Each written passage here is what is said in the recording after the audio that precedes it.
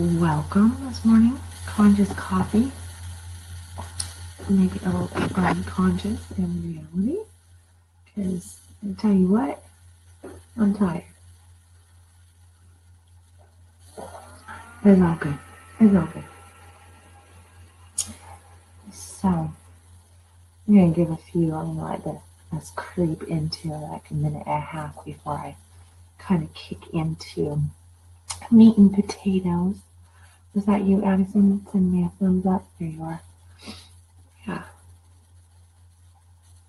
Hey, morning, Addison, Amy, Patrick. Good morning. What's the name, Addison?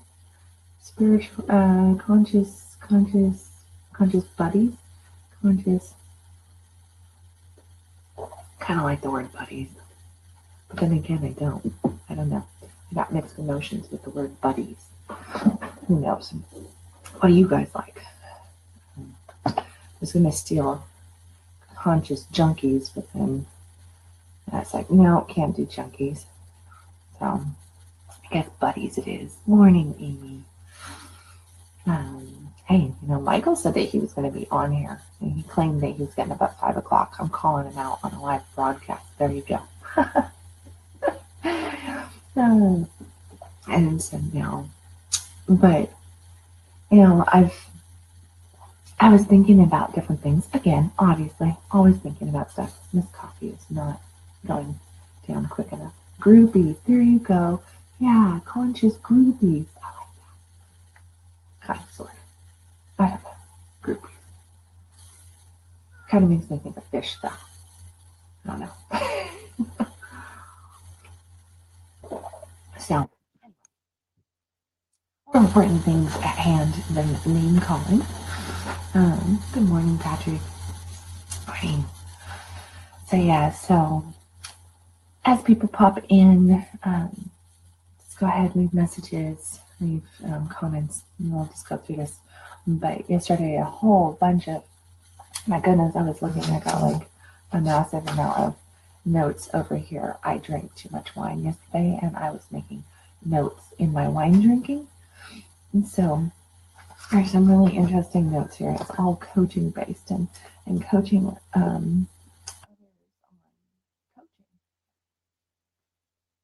So I was like, okay, there's a whole bunch of stuff, and some of the notes are like, okay, what the heck? And I got this idea that, because it's all about what works. We can do what we can do. And so I decided that I was going to title this, What You Can Do, You Can Do. And guppies. Yeah, there you go. That's what I was thinking. Guppies, groupies, guppies. Yeah, okay. Conscious guppies. My kids watch some guppy show. Yeah. Makes me wonder, like, maybe I can get border on here or something. But no. So anyway, off sidetrack. Sorry, squirrel. So I was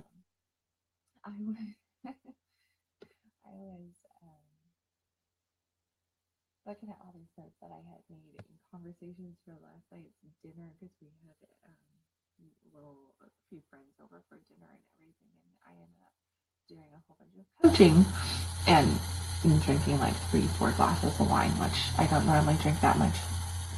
And that's why I'm kind of, this morning I'm just a little exhausted and feeling stuffy and all that good stuff. But nothing that a nice ice cold walk in about an hour from now won't fix. But as I was looking through some of the notes I'm going to send to friends later today, I was thinking, all of this stuff that we were talking about was really about, what do I do? What do I do? What's your desires? What's your goals? What's your intent? What's your market? What's, and it's not just, we all have desires and goals and market that we need to look at in different ways. And when I say even market to just anybody who's watching this, maybe you're not in business for yourself. Maybe you work a 9 to 5 and you call somebody boss.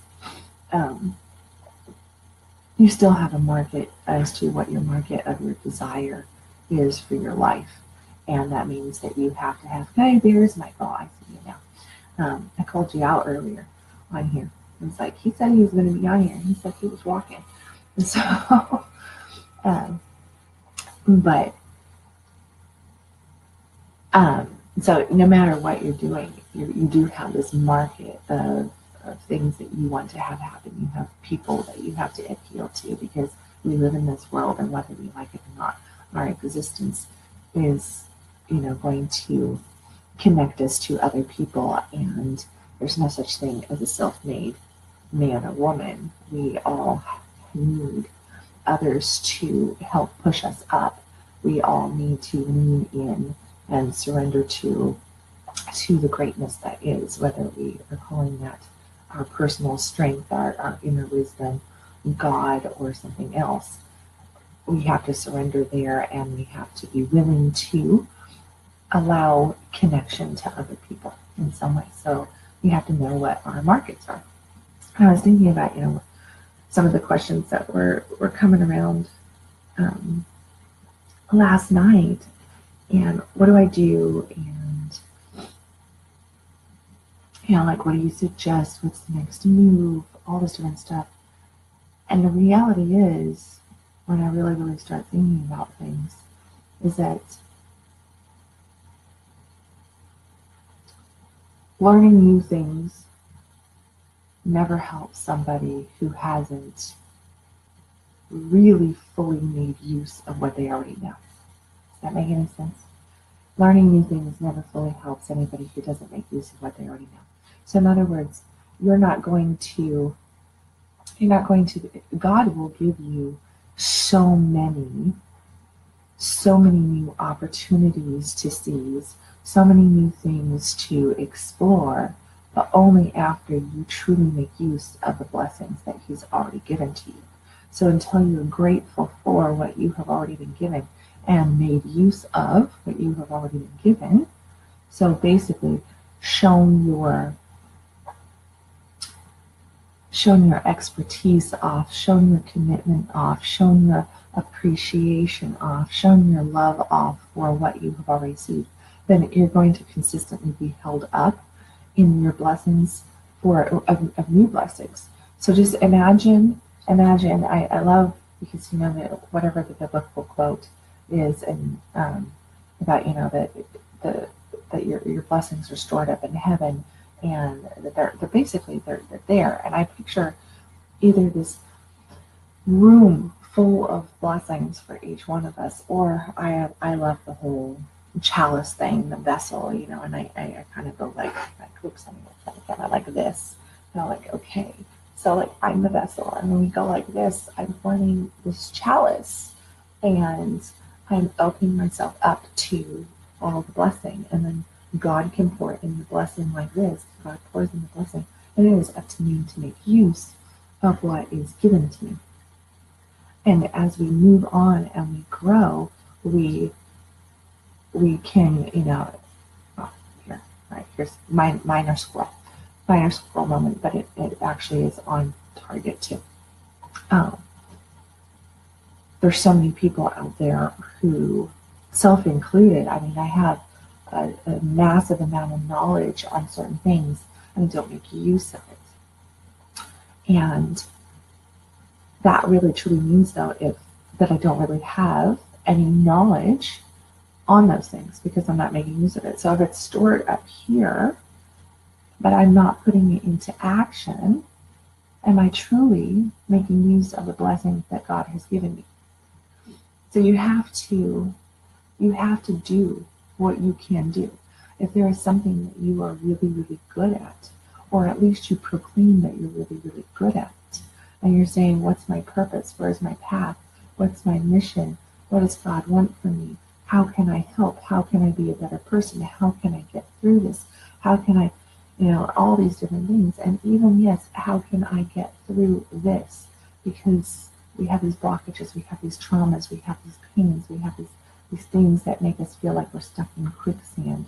I remember a couple of weeks ago I did a conscious a coffee all on there's no such thing as stuck. Well, here we are. We're back to there is no such thing as stuck. We make the decision of being stuck in that quicksand by not appreciating what the blessings that we have and making use of those blessings so that we can move forward, so that God will give us more blessings.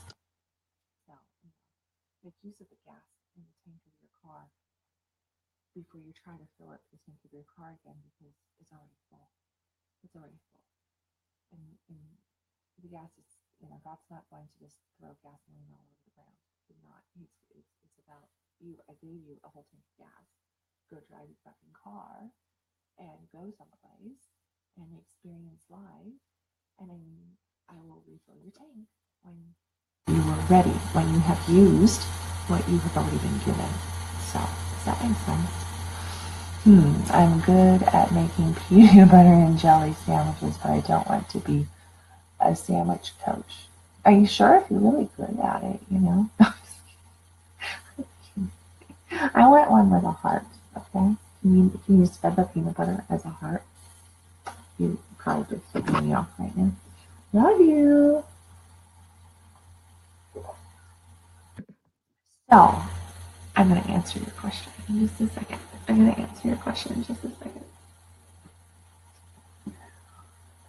The gist of that is, what I was trying to say was that success means doing the best with what we already have. Success means doing the best we can with what we already have. I found a quote, and me and quotes. Norman Vincent Peale.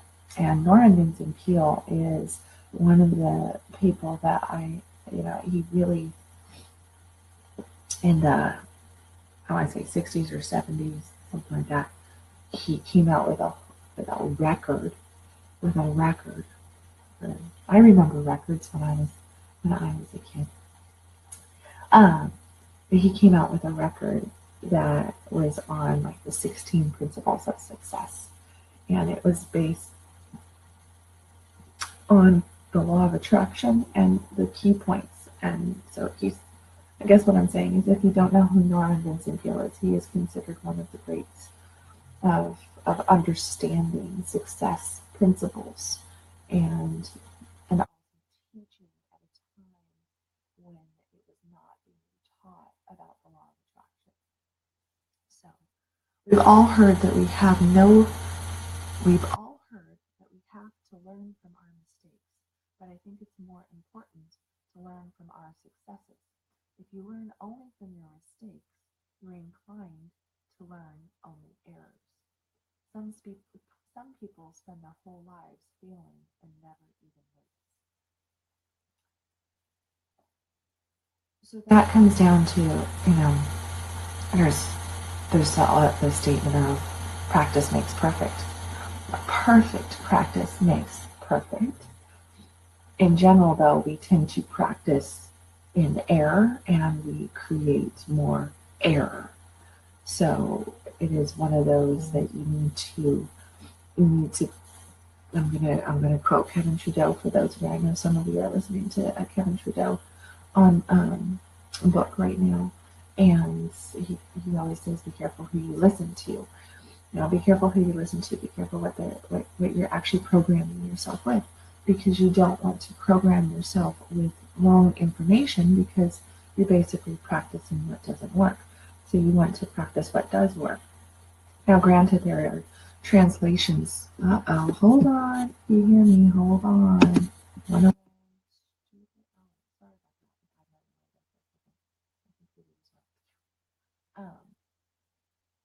he talks about how you want to practice perfectly by paying attention to those who know what they're talking about.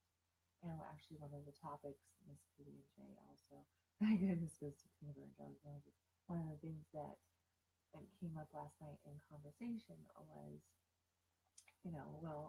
I'm a coach and I want to help people, but if I listen to Kevin Trudeau on this, then he's telling me not to, because I'm not perfect yet.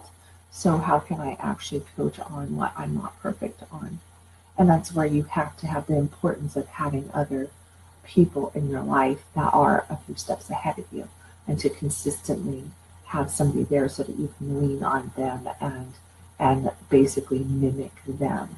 Last night Addison was over and we were talking about different things, and there was this woman that she knows, and literally this woman that she knows went from not having any success in the coaching, like talking about like I want to become a coach, to now making $1 million a year 5-6 years later.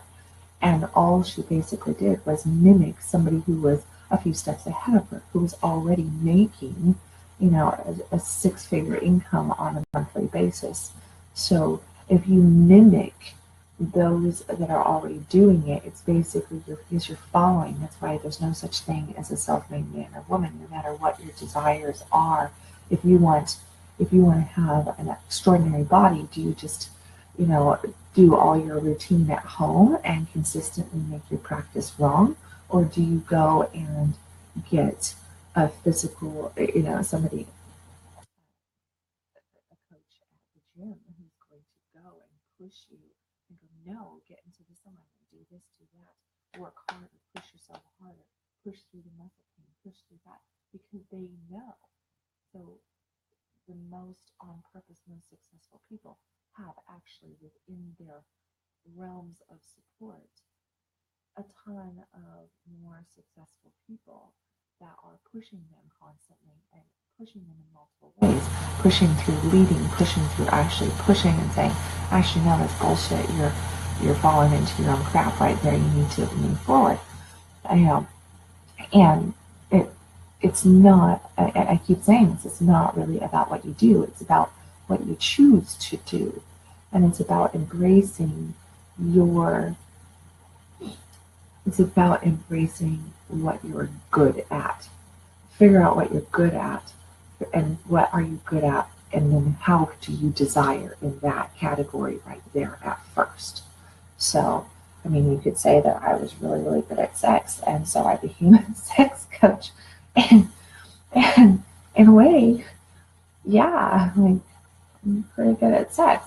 I've always really enjoyed sex, and I've always been really, really playful in sex, and I've always wanted to learn about the spiritual aspect of sex, and that stuff came almost more naturally to me, because I'm pretty sure that not too many 16-year-old girls lose their virginity in such a spiritual aspect that I did, or call in a lover in those moments that for that first time experience that was so in tune, consciously aware, higher vibration, and really understood the sexual aspect of things and could really consciously go there with it.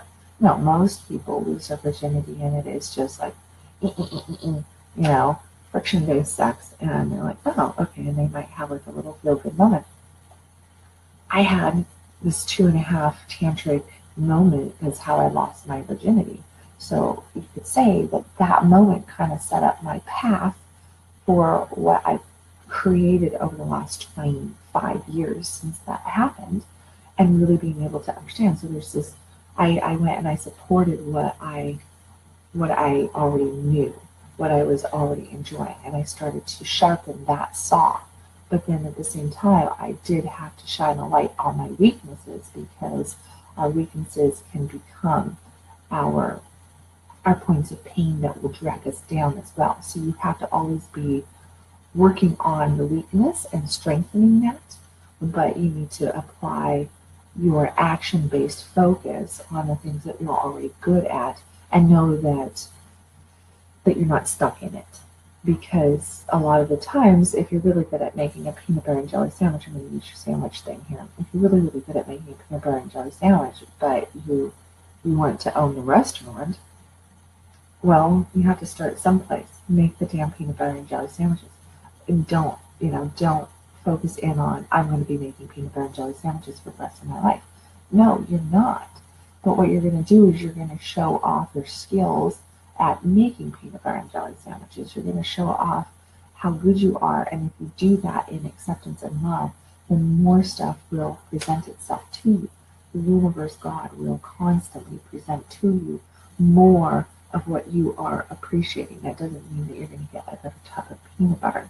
What it means is that it's going to present more opportunities, it's going to people of influence into your spectrum that's going to help you figure out exactly what your path is, so that you can, like where that turn on is, what the next doorway is, and so that you can take those things.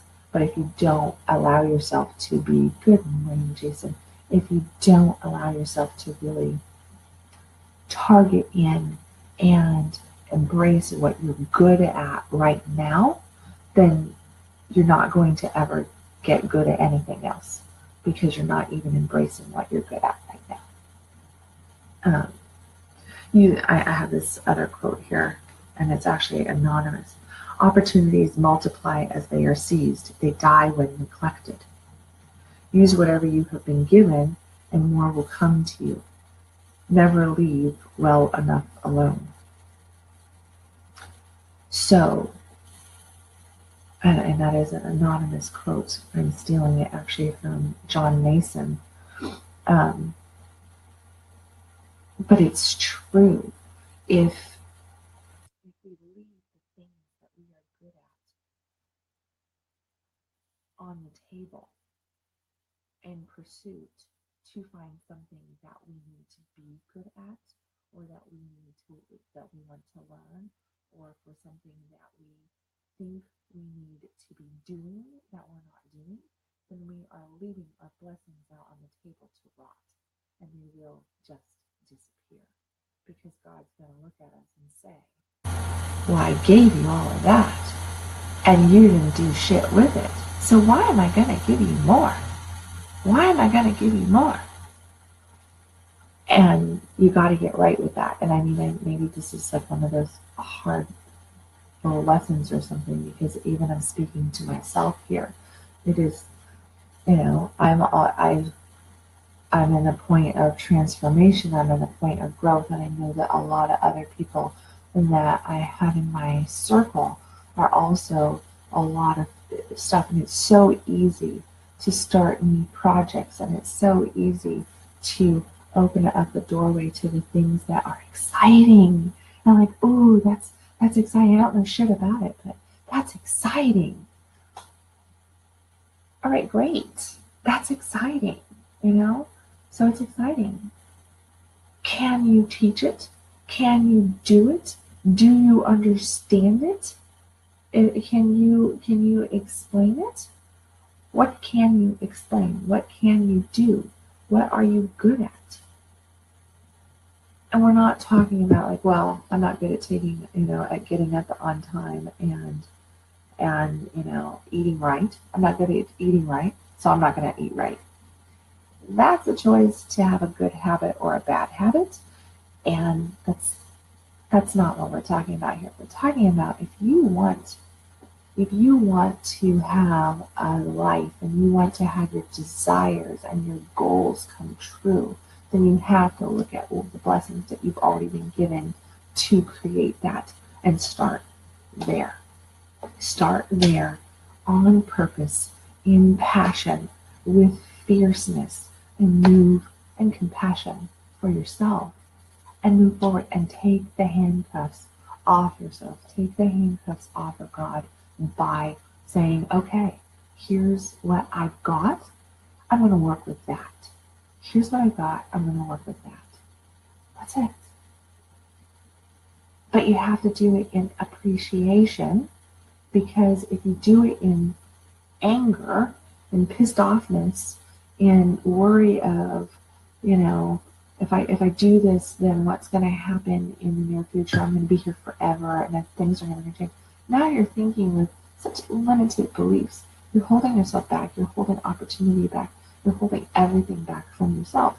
You're preventing future blessings to come in because of your dedication to worry, because of your dedication to being stuck, because of your dedication to being the victim, because of your dedication to all the shoulds and should nots and the belief structures. And you have to step out and say, I'm going to really show off my stuff here. I'm going to show off the performance here. And then I know that more is going to come in. I know that more is going to come in. And I look at my own practice, and here's the thing, over the course of the last 10 years, And I mean, it's actually been longer than that. I mean, I have been coaching other people on something since I was, it probably started right after I lost, and it probably started before I lost my virginity, because I remember coaching my elders on different things.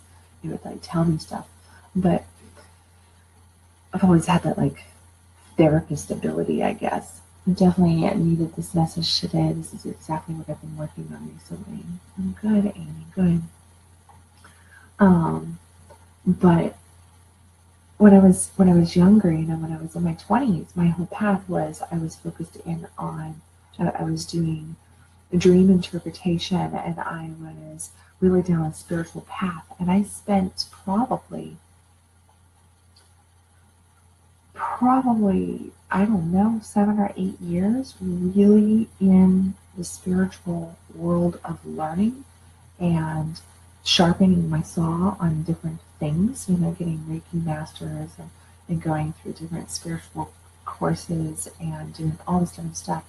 But I was scared to death in my 20s to go and do much with it. I would talk to a few people, and I quite literally mean like over the course of 7 or 8 years, I probably had maybe 20 people, 25 people that I worked with on stuff, like me helping them, because I was scared to share what I knew.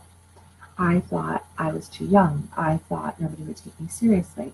I kept getting told that I was naive. I was really caught up on what everybody else thought about me, especially about me, you know, about what I was learning. I had shame wrapped around my spiritual self big time, because I was like, oh, I can't talk about energy, and who's going to believe me on this, and who's going to believe me on that. And then my husband got sick, and I loved to cook, and I was also focused on nutrition, but he ended up getting physically sick with different things because he wasn't doing what he needed to do. And I blamed myself, and I went down a whole nutritional path. And so like my spiritual stuff opened up, and in the end, I looked at it, and it was like I had this gateway of nutritional stuff. And guess what? A lot of spiritual people are really nutritionally sound people as well. So I found that I had a lot of the same authors and coaches and leaders that were meshing together out there in this nutritional spiritual world of education and knowledge. And I started learning a whole bunch of stuff there. So it led me to that. And then as I went into nutrition, of course, I focused in on family first. I got really, really good in my understanding, which took me 2, 3, 4 years to really kind of grasp all that new knowledge. And then I went out and I was like, okay, I'm going to do something with this. Like now I felt like really safe in doing something with that. And I got the shit beat out of me. Let's get the shit beat out of me. Come to find out, you can have the cure for cancer, and if you have the cure for cancer and it is not what people think it should be, guess what? They don't want it.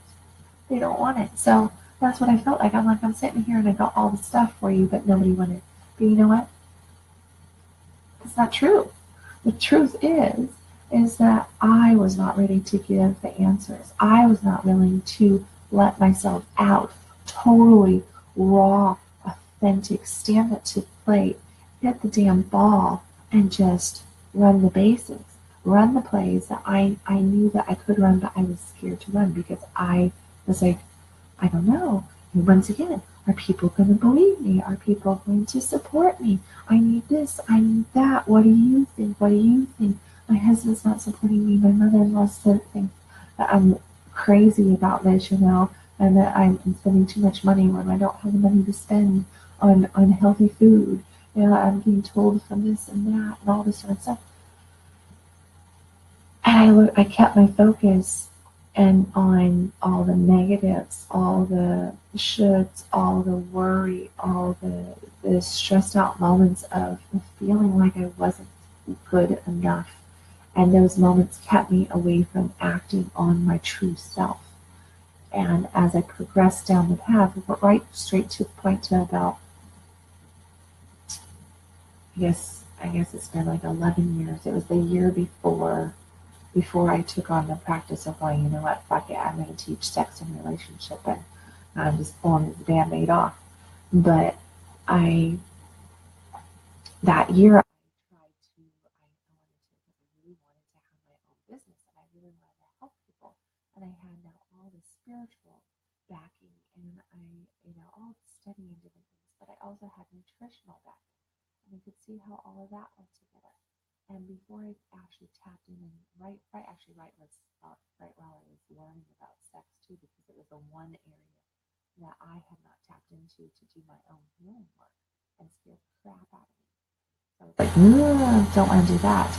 But I went out and I started to try to do, like, I worked on trying to create a personal chef business. I tried to create a nutritional coaching business. And I'm like, no, I'm going to go ahead and I'm going to venture down the metaphysical route. And I'm going to have, like, a healing, a healing practice where I'm working with people. And I did. I worked with a few people, and I helped, some people. But it was this little itty bitty number because I was still uncertain of the terrain. And the terrain was my own belief in myself, my belief in what I knew. I said that I knew it, but I was scared to show that I knew it. And that was based on everything from my past, all the different comments that was coming up, and all the different things that I had been put into my path, into my life, the people out there. And I was listening to them instead of listening to my heart. And that was my bad. That was my lesson right there, was that, when it comes right down to it, listen to your heart, follow things, pursue the things that turn you on, pursue the things that feel like bliss to you, pursue the things that captivate your heart and you cannot walk away from. Those are the things that you want to pursue. Nothing else matters. Not anything that anybody says or does, or the worry or the shame from the past. Not what your parents think, your siblings think, even your spouse. None of that matters, because what truly matters is the pursuit of your heart and following exactly what your heart wants. But that means that you have to act in accordance to your heart, which means to stand in your heart, which means to stand in your authentic self, which means to go forward with what you already know and open up the floodgates to the blessings, because God is sitting there going, I've got all this awesomeness for you. I've got all this incredibleness for you, but you need to show me that you know what to do with what you already have. Stop talking about it and start doing it. Stop talking about it and start doing it.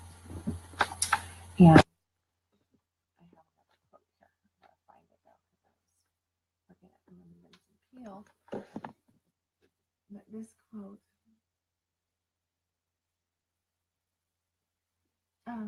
Orson Martin, and I don't necessarily know who that is, but this quote is from Orson Martin. And now he uses strong, successful man. I'm going to say a strong, successful person. So I'm changing the quote just a little bit. A strong, successful person is not the victim of his environment. He creates favorable conditions. When we don't make use of the gifts that we are already given, whether that is our natural gifts, our abilities that we are just born in this world with, when we don't make use of the gifts that we have been basically led to learn and to experience, to expand on. So the trainings that we've had, the certifications, the degrees, the this, the that. There's pieces of everything that we have learned that shows up on our path consistently. Look at the things that you have learned. Look at the things that you have learned and how they turn you on. Look at how they can support you. Look at how they can help advance you where you are right now. There's a reason why you went there. There's a reason why you learned what you learned. There's a reason why you were born with certain gifts that you were born with, and you may not even realize what those gifts are. But you have to go back and look at the things that you just had naturally and stop denying them and stop turning away from them and stop being a victim to them and a victim to everything else, and just claim your path. Claim your path by seeing the pieces to the puzzle that you have, and trust in that, because there's so many more things out there that's going to come to you, that's going to come in and support you. And they're going to come in and really support you when you need them the most. They're going to be there, but you've got to show that